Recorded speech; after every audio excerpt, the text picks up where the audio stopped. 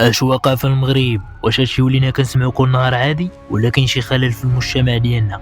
من رعب، اختطاف واختفاء الاطفال الصغار في ظروف غامضه، جرائم قتل بشعه وغريبه، ابطالها اقرب الناس او اشخاص مختلين عقليا. ولكن اللي كيزيد الغموض في هادشي كامل وكيطرح الف علامه استفهام: كيفاش حتى توقعتها ليلى عبد اللطيف؟ شنو هو السر الخطير ديال هاد الاختطافات؟ واش كاينه عصابه خفيه كتنظم هادشي ولا كاين اسباب اخرى ما طيحاش لينا على البال؟ ابقاو مركزين معايا حتى التالي ديال هاد الحلقه باش تفهموا القصه كامله، والاهم كيفاش نحمي ولادنا من هاد الخطر.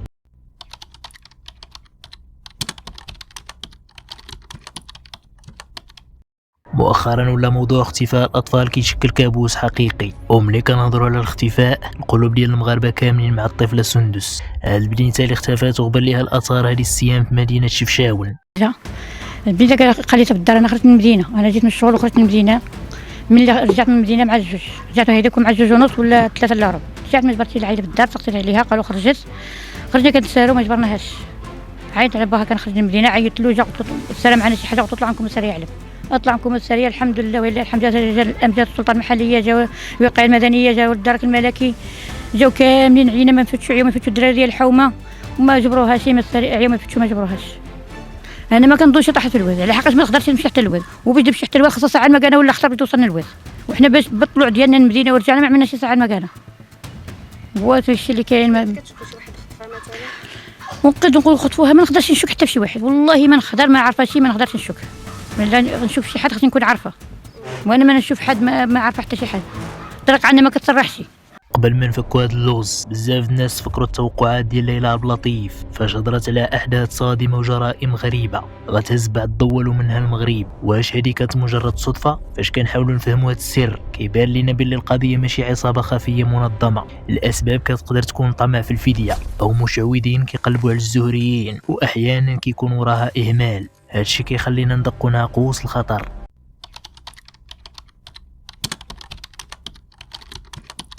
والمأساة ما كتوقفش عند الدراري الصغار، وكأن دوك التوقعات المشؤومة كتحقق وتضرب في مناطق مختلفة. هاد الايام ولينا كنسمعو بجرائم كتشيب الراس. هي عوينة الحجاج بمدينة فاس، فاجعة كتهز الساكنة، ابن كيصفيها لبوها بطريقة تدمي القلب. تفاجئنا هذا الصباح بعد جريمة قتل ديال واحد الجاني اللي قتل الاب ديالو. الساعة تقريبا الساعة 12 كنا جايين للمسجد، سمعنا الام ديال الجاني كتقول عتقوا الروح عتقوا الروح. لهذا طلعنا انا واحد الاخ باش نشوفوا شنو كاين. لقينا هز واحد الحديده وهد علينا ورجعنا بحالنا، ولهذا بقينا واقفين هكا واحد 10 دقائق على برا. جات صلاه الجمعه، دخلنا صلينا، فاش خرجنا تفاجئنا بان الجاني قتل الاب ديالو بداك الحديده كان كيضربوا للراس.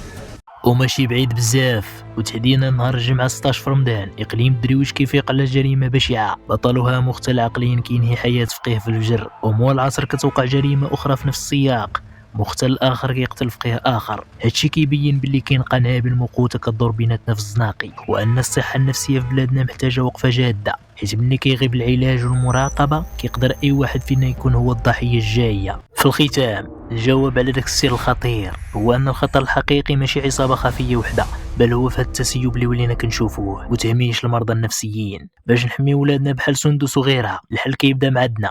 المراقبة المستمرة ضرورية، ما نخليوش الدراري الصغار يلعبوا بوحدهم بلايص خاوية، ونوعيوهم مزيان باللي ما يثيقوش في البراني. لازم نرجعوا لديك الثقافة ديال الجار كيحظيو الجارو.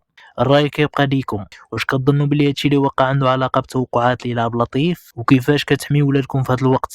خليو لينا الآراء ديالكم في التعليقات. ما تنساوش تشاركوا هذا الفيديو باش يوصل الصوت، ونتشوفوا في الحلقة الجاية من انسكوبيكس. تهلاو.